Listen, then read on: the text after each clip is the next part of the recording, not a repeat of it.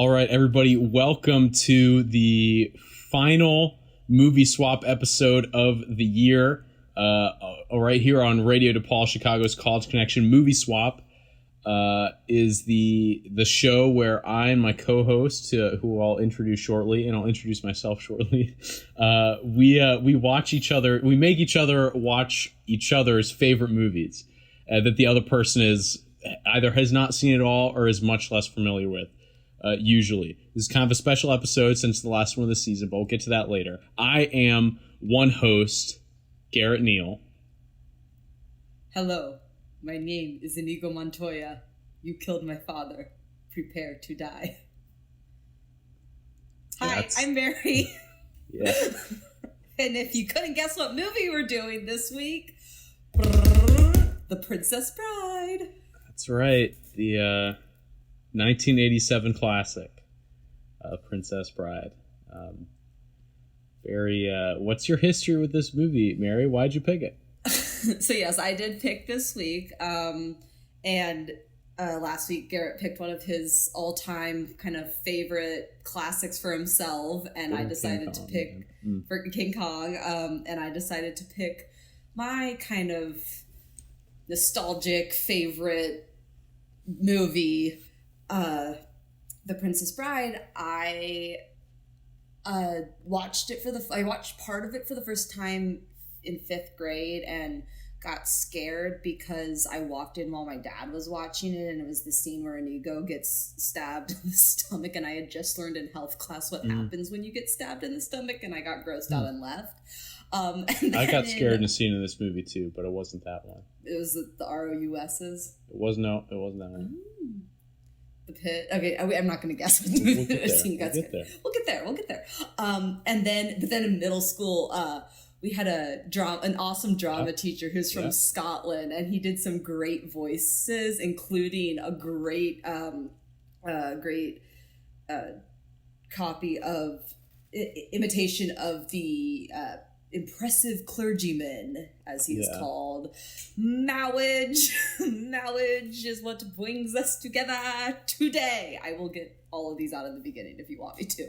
But and then we watched it for the first time fully in theater in middle school, and from kind of that point on, all my friends and I really loved the movie, and I watched it a ton, and then it just became kind of one of my comfort films, and I've probably seen it upwards of 12 times at this point in my life, maybe weak, more. Mary, that's weak. Hey! Come on. Watch it. This movie's like half as long as King Kong. I've seen that movie like 50 times, not 50, but like at least 20. I've also watched a lot of television shows, which you don't. That's true. So I spend my time doing other things, watching other movies and other TV shows. There can only be one. But it was very fun to rewatch it on Wednesday earlier this week. So yeah, that's kind of my history. Just like one of my faves. Just a fun, feel good. You know what's gonna happen. I can quote the whole thing. Just like me and King Kong. Yeah, except for the feel good part. But just although I feel good when I watch King Kong. Fun movie for me. Yeah. Yeah, I've also seen this film many times, and I generally enjoy it very much. I have no idea when the first time I saw it was, but long time ago, and just kind of it comes up, you know, every now and then. It's got a spot on my my DVD collection. I've got like 2 kind of like storage boxes that hold most of my DVDs, but then I've got this like little 2-level shelf right next to the TV that has like my favorites. And Princess Bride's on there, so it's at that level, and it tantalizes me every time I come over and have to try to select a movie from your collection to watch. I was like, just like your hands going over, you get there, just pause for a second, like maybe. Do I know? Yeah, it's right in between Prince of Egypt and The Pacifier. So. Both great movies. We did Prince of Egypt, but we'll get to the Pacifier's one I haven't watched in a long time. That's a fun what a great movie. Great movie. So should I do a little kind of run through of the plot? Yeah, go for it. It's a pretty straightforward plot. So another thing I love about this movie is because I also just love in general kind of fantasy and even the cheesy, just stereotypical princess and fairy tale stuff. So the fact that this is both that, but also a kind of a farce of it, like I love that so much. So it's in a way both very genuine and very like silly, which is why just like I think, Shrek. Yeah, exactly. I mean, yeah, kind of actually. But, it starts. Oh, it reminded me. That's what I was going to. I have wrote a note about this. It reminded me a lot of Indiana Jones. Is what it reminded me of, because Indiana Jones, not in the style of the movie, but in the sense that Indiana Jones was supposed to be this kind of like take on like the old fashioned adventure movies, where it kind of like poked fun at some of the stereotypes in those, while also being, becoming one of the best adventure, iconic adventure movie. And same with The Princess Bride. And it was originally a book written by Bill Goldman, who also wrote the screenplay. The book's very good. It's different, and we don't have enough time to get into the book, but it is kind of a fascinating concept that I really like. And then our movie starts off with a grandfather, with a kid sick in bed, played by Fred Savage. That's right, yeah. Yes, young Fred Savage, and he's sick, and his grandfather comes to read him a book that his father had read to him, and he read to the kid's father, and now he's going to read to the kid when he's sick. And it's called The Princess Bride. The dynamic between the grandfather and the kid's very cute, very funny, just kind of sets the tone off perfectly for the movie, I think. He kind of go into the narrative, and it starts with the beautiful Buttercup and Farm Boy that she likes to order around, and all he will say is, "As you wish." Little did she know that "as you wish" meant "I love you." And and she figures out she loves him too. They fall in love. He needs money. Water above my head. Oh yes, so good. We'll get into the details in a second. I'm trying to do a quick. You're right. I'm sorry. But Wesley doesn't have enough money to marry her, so he has to go off and find his fortune abroad. So he goes off, and news comes back that his ship was taken by the dread pirate Roberts, who never takes survivors. Yeah. So Buttercup is heartbroken, obviously, and you see her mourning. In a very dramatic way this movie loves to do, her life is basically over, and until the prince of the land, Prince Humperdinck, played by Chris Sarandon. Oh, also, Cary Elwes plays Wesley, and Robin Wright plays Buttercup. Mm-hmm. Two great actors. Chris Sarandon Prince Humperdinck, played by Chris Sarandon, gets to choose any woman he wants to be his bride, and she has absolutely no say in the matter. And he chooses the most beautiful one, Buttercup. So she, with nothing else to lose, goes and does that. And she gets to wear very pretty dresses that I really like to see. And then one day, she loves riding her horse. She gets kidnapped by 3 people who pretend to be circus performers. Andre the Giant Fezzik is the character played by Andre the Giant. Best casting ever. Inigo Montoya, played by Mandy Patinkin, and Vizzini, played by Chris Wallace. Shawn. Wallace Shawn. Oh my gosh. This is a fun game. Anyway, so they kidnap her.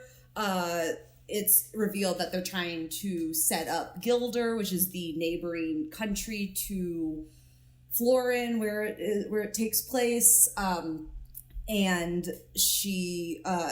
but then they're being pursued by the Man in Black. Man in Black is trying to get back.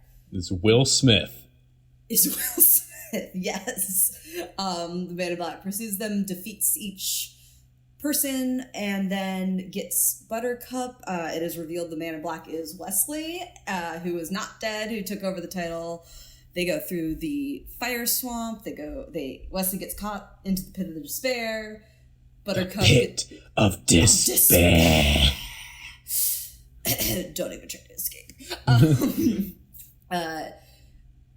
In order to save Wesley from getting killed by Humperdinck's men, Buttercup says she'll go with him, and they take Wesley to the pit. Stuff happens that we'll talk about later. Wesley basically dies in the pit, but he's only mostly dead, obviously. Inigo and Fezzik take him to Miracle Max, who revives him because he is only mostly dead, not all dead. There is a difference, and they go and defeat Humperdinck. Inigo gets revenge for his father, on the six-figure man who is Prince Humperdinck's kind of right-hand man. And an awesome scene. And then they literally ride off into the sunset on 4 white horses. And it's beautiful. That's the pure Princess poetry. Bride. Yeah. And it ends with the most magnificent kiss, and interspersed throughout this are little scenes with the grandson and the grandfather, which is always very cute because the kid's a little hesitant at first, but then very much gets into the story, as anyone who watches The Princess Bride inevitably ends up being. Yeah. Well done. Thank you. Well summed. Thank you. I guess we can start. We can just start right into the. What scene do you want to? You want to start with the? I guess. Kid and the grandson? Yeah. Well, we can. Let's start at the beginning. The most important thing to note is Cary is so effing cute in this movie. Yes. Like, goodness gracious. The only thing that was better is there's like a little like behind the scenes featurette that I was watching, and that's like, I guess it was just like little footage that like Cary was shooting like while they were making the film. He just like had his own camera and just like shot like some stuff. It's only like 4 or 5 minutes long, but there's like, he's just like in some like skinny jeans and like a loose button up with some glasses, and like his hair's dangling down, and I'm like, he is stunning with those glasses. Can't top it. Send me a picture now. You know how I feel about men with cute glasses. We talked okay, about I'll have to get the DVD back out and said he's like, but yeah, people listening out there, you guys got to check it out because he looks great. But he looks great in the movie too. But it opens, like I said, with the grandfather coming into his sick grandson's room. Yeah, we're in Chicago. We're in Chicago, as you can tell by all the Cubs stuff and the Bears stuff and whatever. No, yes. Okay. Yes. I was like, this is DePaul. I need to get this right. Oh my gosh. I almost panicked. And he begrudgingly lets him start reading because grandfather really hypes the book up. There's fencing and monsters, and they get right in to the farm where Buttercup and Wesley are. She likes ordering him around, and he does whatever she says. And I really liked the line right before he left, because he's like, I'm gonna go and get my fortune. He's like, hear this now, I will always come for you. And I'm like, I really like that line. Yeah, it's cute. But yeah, like you referenced this earlier, but the scene where it's like her like coming to terms with the fact she loves him, she's just looking around to make him do something. She's like, fetch that picture for me, which is like literally right above her head, and he's halfway across the room. He's just like, let me just lean into this. And direct eye contact the whole time, and picks it up and just says, as you wish. It's just like, the hurt. So good. That's another thing where like it's probably on YouTube, but you should just watch this whole clip. It's like Robin and Cary, where they're so cute. So I guess this is a good time to say this. So I also read the book written by Cary Elwes. I have no idea. I've been intentionally not saying his last name because I'm not sure how to say it. Written by Cary. It's called As You Wish, The Making of the Princess Bride. He just wrote about all these behind the scenes stuff and basically the whole time, the whole point of this book was just the entire cast loved making this movie. They all had an absolute blast, and he and Robin, right, like had so much fun. Just everyone had a great time. So it's just like, it was really nice to like hear that with one of my favorite movies. I always like when the actors enjoy what they're making and get along well behind the scenes. It just makes it more enjoyable when it's something I love. So yeah. And you highly recommend that book if you're a fan of this movie. That sounds like something I would like to read. You would, yes, and it's very short. So, one of the things that I also noted in contrast to King Kong, which we watched last week, is one of the things King Kong struggled with was that the tone was so inconsistent, and like you were never sure, like, how am I supposed to feel about what's happening right now? Like, is this is dramatic? Is it funny? Is this an action movie? I don't know. And like this scene just like it nails it. And like you were saying, like, do I know everything that's going to happen before it happens? Yes. But I also am like when you sit down to watch this movie, like your brain is like, okay, this is what I think I'm about to watch. And The Princess Bride is like, yes, exactly. And you're going to love it. And it's like, it's nice they knew exactly what they were doing when they made this movie. And it's clear that like there was a vision, and Rob Reiner sat down and he's like, this is what I want to do. And this movie is directed by the amazing Rob Reiner. And, and also the music in this movie is so beautiful. I love the Mark Knopfler, who was in the rock band Dire Straits, and and I think he did a great job. I think the end credits song for this movie is trash, but the during the movie stuff is great. Yeah. Do you really like Storybook Love? No. I never listen to it with no reason when I'm feeling sad. You do. I'm so happy that you have that song, Mary. Whenever I listen to it, it just makes me think about the version, because it's pretty much just like the theme of the movie with words on top of it. Yeah, and I would rather listen to is so much better. Yes, I listen to the soundtrack, but it's kind of fun once in a while. Our love is like a storybook love. Again, Garrett just trying to pick a fight with me this week, apparently. He's still not over King Kong. Oh, no, I had it because I watched this. I watched the first half of director's commentary, but then I got bored because it wasn't that interesting. Sorry, Rob. Again, this movie, there's not much, like, I mean, there's interesting behind the scenes stuff, but I don't know. So much of it was already created by Bill Goldman and like was honoring his image that I feel like.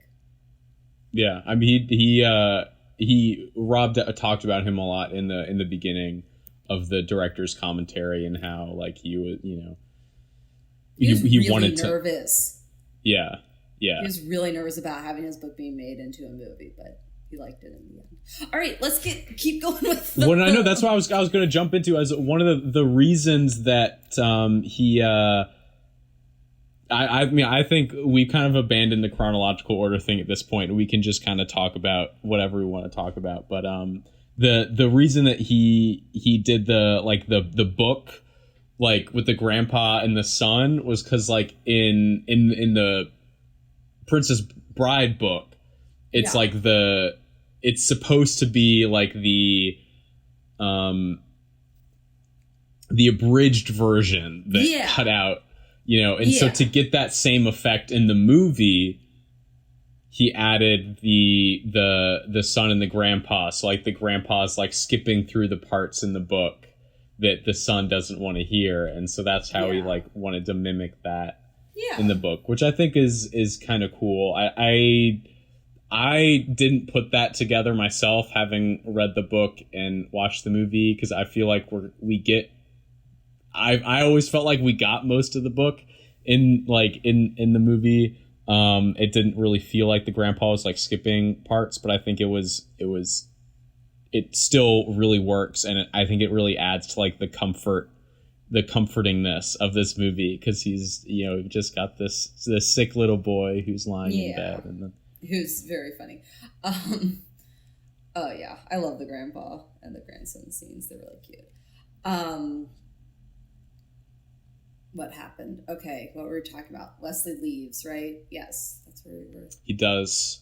He leaves to go get his fortune so he can marry Buttercup. Do we want to talk about Humperdinck? I guess gets introduced as a character. Yeah, this is when she gets revealed 5 years later that she is to it's her announcement, the engagement announcement between her and Humperdinck. And Humperdinck is played by Chris Sarandon, and I really want to tell this story because it makes me really happy. So Chris Sarandon went to West Virginia University, which is the same university that my grandparents went to, and my grandma went on a date with Chris Sarandon. No way! Yeah. Wow, that's cool. My parents walked into my room one day, a few years ago, and my dad told me this, and just to see my face, and he just walked away, and I was like, how could no one tell me this before? It was great. It made me very happy. I'm glad it didn't work out between them because I love my grandfather, but still, fun story. Yeah. So Prince Humperdinck's kind of a tool is the best way to describe him. I mean, you could also say psychopath, but... Well, that's revealed later. He seems like a tool at the beginning, and then kind of turns into a psychopath. But yeah, he's celebrating. He's introducing his beautiful bride-to-be to his kingdom, and it's they're 500. The king. We got to talk about the king. Oh, I love the king. Oh my god, yeah. His father's old and sick. He's just such an old, oblivious man. And it's so fun. He has absolutely no power and has no idea what's going on at any point in time. And the queen's useless like all the women in this movie. My one issue with this movie, and I know it's because it's the stereotype that they're following, but I wish Buttercup was a little cooler. Yeah, well, there's also, the whitewashing. Oh, yeah. Mandy Patinkin is not Spanish, and Wallace Shawn is not Sicilian. But, yeah. So that's there as well. But Mandy Patinkin from Chicago. Let's go. Mandy Patinkin's represent. The best. Oh, I started watching Criminal Minds, and seeing him in that is amazing. Yeah, he's done a lot of cool stuff recently. He's potentially been in the early 2000s, but and I follow him on TikTok, and he's so cute. He and his wife are so funny on TikTok, and his sons and stuff. It's great. That's not the point of this, but I love Mandy Patinkin, and he's really good in this movie. Despite not being Spanish. Movie is good. Humperdinck's that, and then so obviously Buttercup's really unhappy. Her true love is dead, or so she thinks. She's being basically forced to marry this king that she does not love, and at the time it's he knows she doesn't love him, and he's fine with the arrangement because he still gets to do whatever he wants with her, but they don't know quite how evil he is yet, and but she loves going on her daily rides through the forest, and on this ride though she gets stopped by 3 traveling people. Yeah. And this is I love this. This is that one really chilling line where he's like, is there a town nearby? And she's like, oh no, there's no one for miles. He's like, good, then no one can hear you scream. And then Fezzik just grabs her and knocks her out. Vulcan mind pinch. Yeah, basically. I don't think that's what it's called, but no. Yeah, that's what it seems like, because he just kind of hits a pressure point right at the base of her neck. Take her on this boat, and I really this is the great, I love Inigo and Fezzik's friendship throughout this whole movie. It's such a great friendship, and they have the little rhyming thing, and Vincey's like, shut up, no more rhyming, and I mean it. I mean it. Anybody want a peanut? Such a good line. Did the book, I don't know if you remember, did the Cary Elwes book say anything about Andre? Oh, so much stuff. Andre is like an icon, and he was such an amazing like casting choice for this movie. Just having an actual giant in that role is like really cool. And basically like Andre the Giant was also a wrestler, and his life matched the backstory of Fezzik surprisingly well from the book. But they were both wrestlers was the big thing. And well, I believe that William Goldman based Fezzik off of Andre the Giant, right? Yeah, or like, but yeah, it was like influenced. And he basically the main things Cary talked about was Andre could speak very little English. He speaks French. And so he like really had to work to memorize his lines. He worked really, really hard on that. And then this man could drink like nobody's business. And it was like, I mean, he was in a lot of pain. He had a lot of back issues, and he had to drink a lot just to numb that pain. And it is kind of sad. He did have like kind of a tough life and with a lot of health issues, both from size and just the strain of fighting so much. But it sounds like Andre really loved doing this movie, and the cast really loved him, and he loved the cast. And so I mean, every time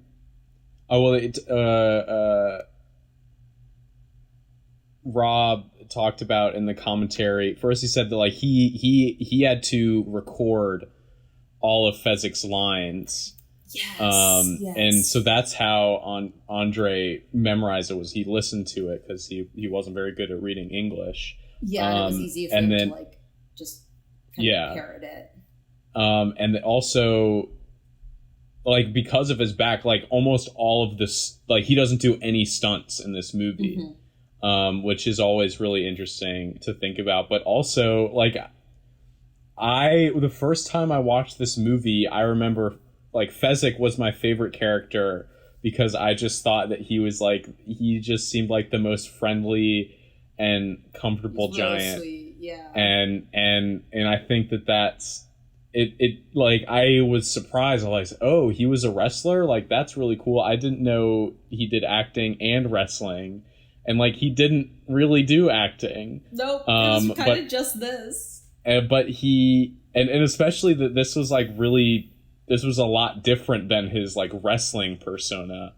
And like wrestling does obviously involve plenty of acting itself, but I truly think and it's like a lot of people like to say this now because he has he's achieved somewhat of a mythic status, but like I really think he did a really, really wonderful job in this movie, and he's like, oh, truly, yes, he's always the character that stood out most to me when I was younger. I agree. Andre gave a lot. I think Andre is from what Cary wrote about, was like a genuinely very kind, loving person, and just put all of that into this character and into this job, and was like obviously Fezzik, even if it wasn't based off him, it was a very good match. So it was cool that they got him to do, that he agreed to do this. So and on that, we're gonna take. Oh, did you want to say something else? No. Okay. Well, we're gonna take a quick break, but then we'll be right back to finish the second half of our discussion on The Princess Bride. Wish you could bring Radio DePaul with you everywhere you go? Well, now you can with the Radio DePaul mobile app.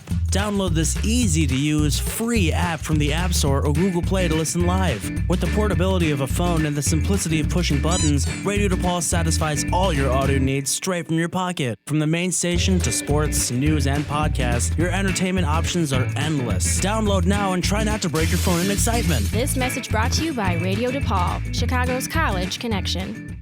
Coming to you live from our brand new website, RadioDePaul.com, and the award-winning Radio DePaul app. This is Radio DePaul, Chicago's college connection. All right, welcome back, everybody. You're listening to Radio DePaul, Chicago's College Connection. This is Movie Swap, a very special episode of Movie Swap, the last episode of the season, where myself, Garrett, and my co-host Mary are continuing. We're continuing the discussion of The Princess Bride.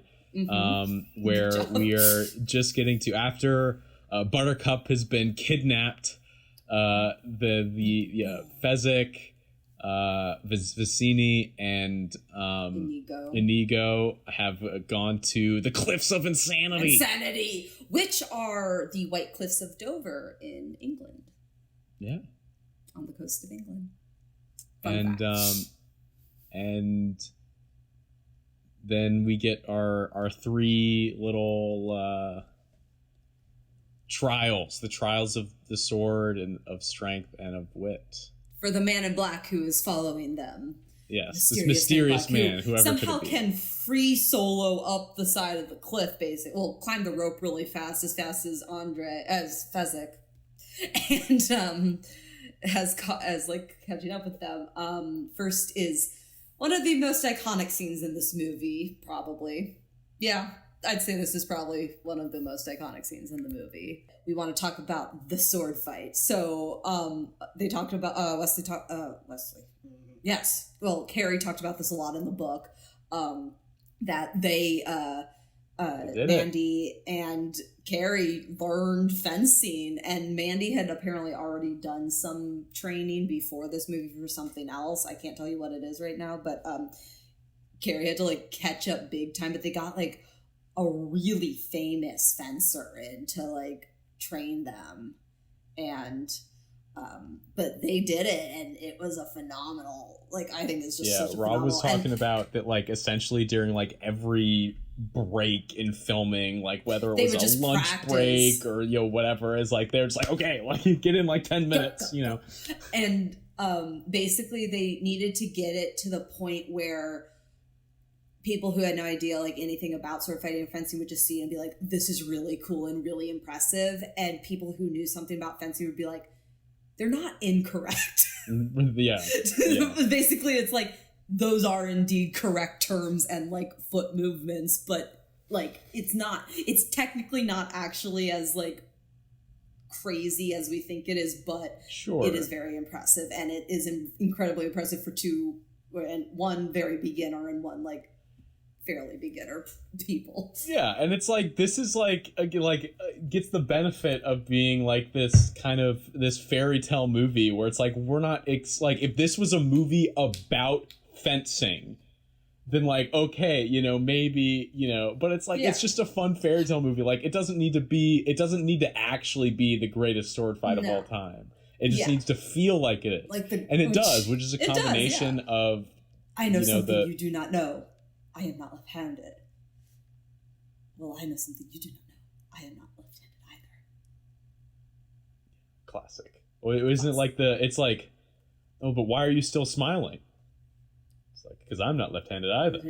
Yes. And like the beautiful like flip around the bar. They didn't do the flips. They did not do the flips. Which they did not do the flips. I was like, okay, well, Wesley's I can understand because he kind of like goes around a few times. That's like an actual gymnastics move. Yeah, but like Inigo just kind of like swings from it. I'm like, come on, like, was insurance like really that concerned that he couldn't just like jump down? But like, okay, what? Do you have anything more on the sword fight? Or I love the part. Well, because this is the part where like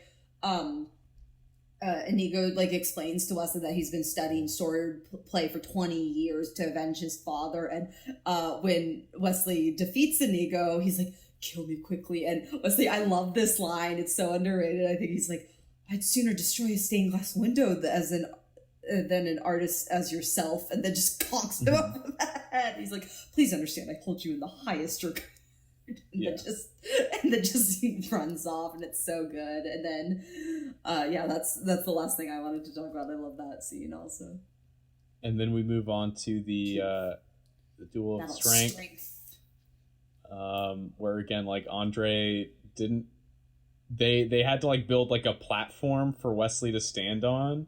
So like that's why you don't see Wesley's feet in any of the scenes where he's on Fezzik's back, because they had to build a platform for him to stand on. So he wasn't leaning on. He wasn't putting all of Andre's his weight on Andre. Yeah. Yeah, I remember that now. But that's a fun scene. I love it. Like, it really plays on that trope of like men when they like meet each other and both have like weapons, instead of just like using the weapons to get to be thrown. They're like, we're gonna fight like men. Fight like men. And but I think it's much more charming. It's not my fault. Scene. I'm the biggest and strongest. Oh, it's much more charming when Fezzik, because he knows he could literally just smash Wesley's head with this rock, and he doesn't want to, and it's much more charming in this time, I think. And like, we're kind of establishing that. So you put down your rock, and I put down my sword, and we fight, and we kill each other as God intent, or like we fight each other as civilized people, I think. Something like that. Great. But it's where we're laying down the groundwork that like Inigo and Fezzik they're good people. Guys. They're good guys. They and just that need money. Vizzini is the real meanie here. Hey, look at that rhyming. And so that this is like it's cool. I wrote down, this kind of reminded me, especially the sword fight, I guess, but these scenes reminded me of Pirates of the Caribbean, the first one, because in that there's like the somewhat iconic sword fight between Will and Jack in the beginning of the movie, where we're watching what in the armory. Yeah. Where we're kind of watching this cool action scene, but we're also learning a lot about the characters. Mm-hmm. And this is like the same thing, where it's like we're action dialogue. Yeah, action dialogue at the same time, and it's great because it's not done in the way where like a lot of movies is be like fight, okay, stop, talk, fight. Is these are like fighting, you're talking, you're fighting, banter. You're talking. A+ banter in this movie. That's like one of the strong suits. For one of sure. the movie's strong suits is the banter. Oh, so good. And it's like the way that they're fighting helps us learn about the character, and what they're saying helps us learn about the characters. And so it's like, and it's very well done. And so I really appreciated that in both of these scenes and the next scene. But next scene is Battle of Wits against Benzini. Sorry, this scene makes me laugh every time. I used to have this scene memorized. I don't remember why I did. I have it memorized, but like, it's like, never get in. It was like, you broke one of the cardinal rules. The first is never get in a land war in Asia, and the second is never get involved with the Sicilian when death is on the line. Boink. Classic. Garrett and I both simultaneously like fell to the side on our Zoom call, and no one can see it. It's very sad, but it was phenomenal. It was there. It was. But like it was I had the part memorized where it was like, oh my goodness. Oh, like it was you like, would trust yeah. You obviously don't trust me. Are you done? Not even remotely. You're stalling. But you would have known that I knew that, so clearly I cannot choose the wine in front of me. Yeah. Truly, you have a dazzling intellect. Dazzling intellect, so good. Oh, yeah. Really quick fun fact about Wallace Shawn is that he is terrified of heights, and the scene where they obviously don't have the three of them climbing up a rope on massive cliffs. They used that was a like trick, and then there was like props for the scenes, and even just the little hoist of like climbing up in the initial scene when Vincent's like on Fezzik, basically, Wallace Shawn like almost passed out. He was so scared of of like that height. So just a little fun fact, but he did it. Yeah, he so yeah, obviously the poison was in both cups all along. This incredibly deadly poison that Wesley just happened to spend the past couple of years building up an immunity to. Iocane powder. I'd bet my life on it. Yeah. What you do not smell is iocane powder. Yeah. Yeah, and so that was, yeah. So then, yeah, Buttercup and Wesley throw themselves down the hill. Yes, oh my god. This is the stupidest scene in the whole movie, but it's so funny. It's like... Wesley! It's like... she's like mad because he's like egging her on because he's mad that she's like marrying him, and she's like, you mock my pain. Life is pain, Highness. Anyone who tries to tell you says differently is selling something. And then she's like, you can die for all I care, and shoves him down the hill. And he's like, as you wish. Oh, my sweet Wesley, what have I done? Yeet. Yeah, just like throw yourself down the hill, why don't you? It's so bad, but it's so funny. And then there's a really cute interruption because they're about to kiss, and the boy's like, no, more kissing. Yeah. Ew. Because at the beginning he's like, is this a kissing book? And then the fire swamp. Oh. Yeah, because Prince Humperdinck is tracking them, and that's what he finds the iocane powder. He's like, iocane powder. I'd bet my life on it. Yeah. And so because he's an amazing hunter.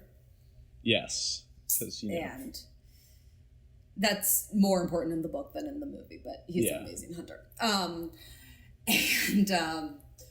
Oh man, the fire swamp's great. So the fire swamp was actually the first scene filmed for the movie. Really? Mm-hmm. And Robin Wright's dress actually caught on fire accidentally. Like they had a... Oh, that's fun. Yeah, and also with the lightning sand, Robin Wright was able to do that herself, like fall in, and Cary begged them to let him do the dive himself. But it's like kind of dangerous because if the trap door doesn't open or something, he's going headfirst, he will break his neck. I think I remember him saying that they finally gave in and let him do it, but he like begged them to let him do the stunt by himself. He was like, please. So darn those insurance people. Oh yeah, they faced the three terrors of the fire swamp. The fire spurts things actually made that sound before they went off to warn the actors, and they just put that in, which is really funny. And then the lightning sand, and then ROUSs, I don't think they exist. Which I never understood that, because he like clearly saw one right before he said that. Yeah, but I guess he's just trying to be macho or something. But. Yeah, I think that's one of the few times you really see Wesley's pride come through, in that he like saw them, and he doesn't want to scare Buttercup, but B is like, they're not gonna actually mess with me, and I can take them if they do. And then he gets wrecked by one pretty badly, and Buttercup in all her usefulness kind of like jabs at it with a stick. She's trying. Wesley's like wrestling it to the ground. Yeah. And then burns it, and then they get out. Great scene. I do like the fire swamp scene a lot, actually. It's classic. Again with the banter, because that whole scene is them walking and dodging everything while he's telling his whole story about the Dread Pirate Robbers and how he like took over the name, and how it's just like a title that people fear, not the person itself, which I always love. And yeah. And I love at the end of the movie when Inigo's like, I have no idea what to do now with my life, and Wesley's like, have you ever considered piracy? You'd make a wonderful Dread Pirate Robbers. And I was like, yes. You gotta bring it back. I mean, it's so well written, because everything ties in together, except for everything pretty much ties in together. But they get captured anyway at the end of this, and Wesley ends up in the pit of despair. This is like the one thing that I think was cool in the book, is that the prince has this big zoo, because like the reason he was like this big hunter is because he's like collected all like the deadliest animals in the world or something. Yeah. And because he needs to like prove he's like the apex hunter, which they didn't do in this movie because it would have been very expensive. And long. Yeah, and there's a really cool scene of like a really cool chapter of Inigo and Fezzik going through the levels of this zoo he has, because he has multiple levels that get more and more dangerous, or a different kind of like climates and stuff, and to get to where Wesley is, because I think the idea is that he wants to hunt humans at the end, is like you put Wesley in to hunt him basically, or something. But messed up dude, complete psychopath. This is kind of where his psychopathness comes out, because at some point we figure out that like he's trying to start a war with Gilder. He's the king of Florin. He's starting to start a war with Gilder, and to do that he's gonna murder his bride on their wedding night. A wife to murder, stuff. A war to start, and Gilder to blame for it. I'm swamped. Take care of yourself, sir. I know. I'm like, if you don't they have got your something health, going on there. You have nothing. I think they got a connection. They can be a what a burn, couple. though. What a burn. The what burn? When he's like, because if you haven't got your health, you've got nothing. Oh yeah. That's a pretty sick burn. I think so. I guess so. I had never thought of it that way. I always thought he was just being kind, but no, I think he was completely insulting him. But yeah, that's probably true. But we get the machine, which Count Rugen, who is the six-fingered man. Your man, yes, that's his name. Has made that sucks your life away. Instead of water, I'm sucking life. I just sucked 1 year of your life away. How does that make you feel?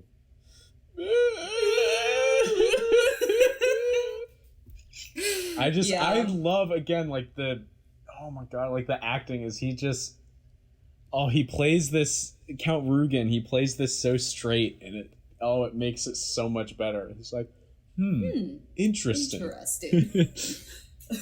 And remember, this is for posterity. It's for posterity. So be honest. Yeah, great scene. Buttercup's angsty up in the castle. Yeah, I get a lot of complaining from Buttercup. Who cares? Humperdinck's being a jerk. Lies to her about sending the 4 fastest ships. Though this line is very funny, even though he's the worst. And he's like, how about this? I'll send the 4 fastest ships in our armada, like all 4 directions, to see if we can intercept the ship before the wedding. But if he doesn't respond, please consider me as an alternative to suicide. Oh, I thought you were gonna say one of my favorite lines in that part is the Tread Pirate Roberts is always close to Florin this time of year. It's like, yeah, we know he's there. We're not really doing anything about it, but yeah, he's always around, He's there. He's chilling. Chilling. He just makes his rounds. Yeah. So, I just like that. Please consider me as an alternative to suicide. I'm like, oh no. Yeah, and we get some more friendship with Inigo and Fezzik, where Inigo is drunk and all get out, and Fezzik nurses him back to health because they sent in the brute squad to clear Thieves' Forest or whatever. And I love the line when Miracle Max is like, "You don't go away. I'm gonna call the brute squad." It's like, I'm on the brute squad. You are the brute squad. Yeah. Miracle Max, Billy Crystal, an iconic man, iconic comedic legend, voice of Mike Wazowski, star of When Harry Met Sally. Mike Wazowski, star of When Harry Met Sally. Carol Kane, great in this movie, great in Scrooged as the fairy. Mm-hmm. So funny. They're great. Miracle Max and Valerie, his wife. The iconic line of, he's only mostly dead. Or he's only mostly dead. Not all dead. And clearly said, to belay. Which obviously means to bluff. Liar! Liar! Get back! Humperdinck! And then he like only does it to get back at Humperdinck. He's like, now that's a worthy cause. That's a noble cause. That's a noble cause if I ever heard one. And give him the pill with the chocolate. Helps it go down easier. Yep. Oh, they're they just seem like such an old married couple so perfectly, and it's so funny. Yeah. Apparently, Cary could not keep it together on that table, and they kicked him out of the scene at one point. because when he was like down on the table, he couldn't get through Billy Crystal's monologue about that's funny. The bacon mutton, no, the mutton good MLT, the MLT, mutton lettuce and tomato with them and blah, blah, blah. Oh, and Cary would just crack up, and they kicked him out of the room. They kicked him off the set at that point and they put like a dummy down where he was supposed to, because he could not keep it together, and he just stand and watch it from the like screen room and laugh. Great scene. And then my favorite line, the "Bye boys, have fun storming the castle. You think it will work? It would take a miracle." Classic. They wake him up. They scare off 60 guards with the Holocaust cloak that's flame resistant. Yep. They actually talk more about that cloak in the book, but go in. We get the marriage scene. Marriage! That's also a really iconic scene from this movie. That's true. Marriage. Woof. Yes. Man and wife, say man and wife. Inigo throws himself into a door a couple times till Fezzik just comes and punches him. Fezzik, I need you! Oh, and then the face-off between him and Count Rugen is so good. My God, have you been fighting? Have you been chasing me all these years only to fail now? That must be the saddest thing I've ever heard. Classic. But he powers through. He powers through. The power of vengeance. I want my father, you son of a... Beep. Beep. That's like, honestly, and like that's one is like, this movie is like so silly and such a just a fun and entertaining movie, but like there's so like when Wesley is the man in black and is like talking to Buttercup in the beginning, and he's like, like, you just moved on or whatever, and she's like, part of me died that day. I died that day. And then like here he's like, give me money, give me power, give me everything I ever asked for. It's like, yes, all of it. I want my father back. It's like though, like it's still like it packs an emotional punch in those moments. That's what kicks up to like the next level. Is it's not like still able to be emotional when it needs to be. The friendship between Inigo and Fezzik is very real. Like feels very real and genuine. And then great line when Buttercup's goes into her room and he's like, there's a shortage of perfect breasts in this world. It'd be a pity to spoil yours. Yep. Iconic pickup line. Iconic. Oh man. And this is when we get the confrontation with Humperdinck, which I really like. Yeah, it's a good one. I could be but after all, I think you're bluffing. Perhaps. It's possible. It might just be saying here because I lack the strength to stand. But then again,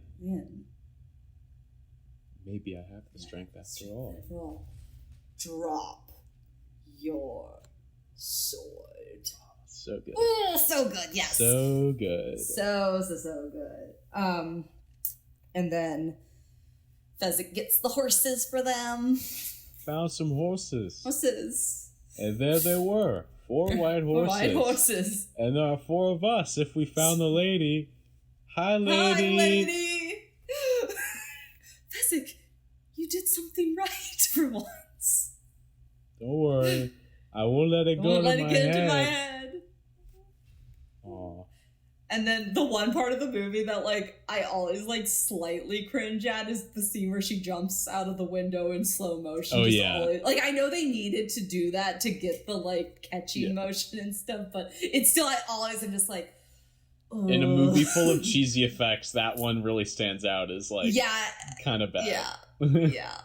Like, I could just laugh at her throwing herself down the hill, but that scene always just makes me slightly, like... They ride up, and then there's the final scene. They're about to share, like, the history of love, there have been 5 great kisses or whatever, this one left them all, blah blah blah. But before they get to that point and you see it on screen, the grandfather just closes the book. He's like, you don't want to hear then, and the grandson's like, no, I don't mind so much now. It's very cute. And then he finishes it, and it's a really cute scene. In the history of love, there have been 5 kisses rated the most passionate, the most loving, most pure. And this one, most passionate, most pure, I think. Pure. That's right. Yeah. And this one left them all behind. And they kiss. And in Cary's book, he's talking about how this was the last scene that they filmed together. Oh, and that's rare that the last scene that they in the actually movie did is that. actually And apparently Robin and Cary just could not stop just giggling and smiling, and just they made them retake it like 20 times because they just kept laughing and ruining the take because they just loved the movie and each other so much, and like in a very genuine, like sweet way. And it was just like apparently really sweet, and they just didn't want the movie to end, but it was really cute. Oh, I love that scene. When I found that out, I was like, oh, that's so cute. Yeah, that makes it even nicer. Yeah, because it truly is like a kiss of true love in its own way. And then the final scene. Oh yeah. When it's back to the grandfather and the boy, and the boy's like, maybe you could come back and read it again to me tomorrow. And the grandfather's last words are, "As you wish." Oh, it gets me every time. It's such a good way to end this movie. It's the perfect closing to this movie. But then we get to listen to Storybook Love in the credits. Or you can turn it off before the credits hit, like a normal person, if you don't want to hear it. Well, yeah, usually this is like the only time I think that I've actually sat through the whole credits of this movie. Although usually I do like to sit through the credits of movies because it's fun sometimes. But anyway. Oh, and that's The Princess Bride. Awards! I actually have an award for this one that I thought of before, like 2 minutes ago. Nice. Did I say that out loud? Cut that out. Don't cut that. No.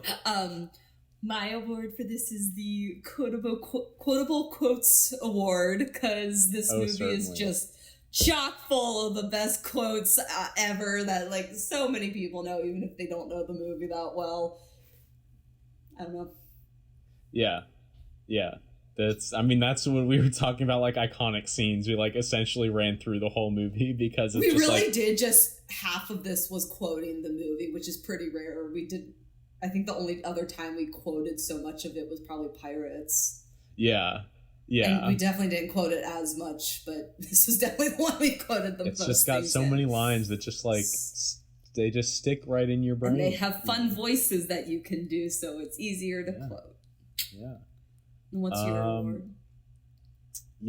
I also have been thinking about this for a really long time. And don't lie. Don't lie and make me look bad, Garrett. Don't you dare. Oh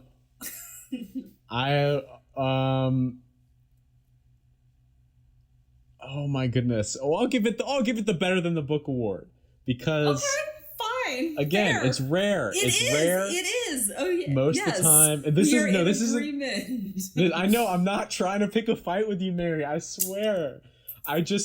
I was just noting that, like, after I read the book, I was like, wow, that was kind of disappointing. And it's rare that the book is better than, or that I like the book more than I like the movie. No, even movie more than the you're right. That I like the movie more than the book. Even something like Twilight, where I really enjoy the movies,